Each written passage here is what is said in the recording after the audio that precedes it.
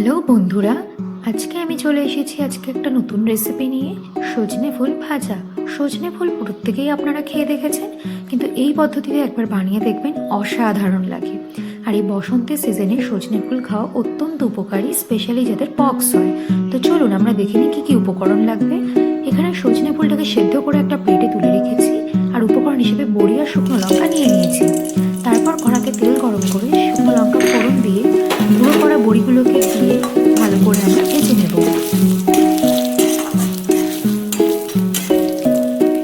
দেখুন বন্ধুরা, বড়িগুলো সুন্দর করে ভাজা হয়ে যাচ্ছে লাল লাল ভাবে। এরপর সেদ্ধ করে রাখা সজনে ফুলগুলোকে দিয়ে ভালো করে মিশিয়ে নিতে হবে। সজনে ফুল মধ্যে আপনারা চাইলে ছোটো ছোটো করে আলু, সিম কেটেও দিতে পারেন। এরপর একে একে হলুদ গুঁড়ো, স্বাদ মতো লবণ, স্বাদ মতো চিনি দিয়ে ভালো করে আমরা মিশিয়ে নেব। ভালো করে ভাজা ভাজা করলেই আমাদের সজনে ফুল ভাজা রেডি।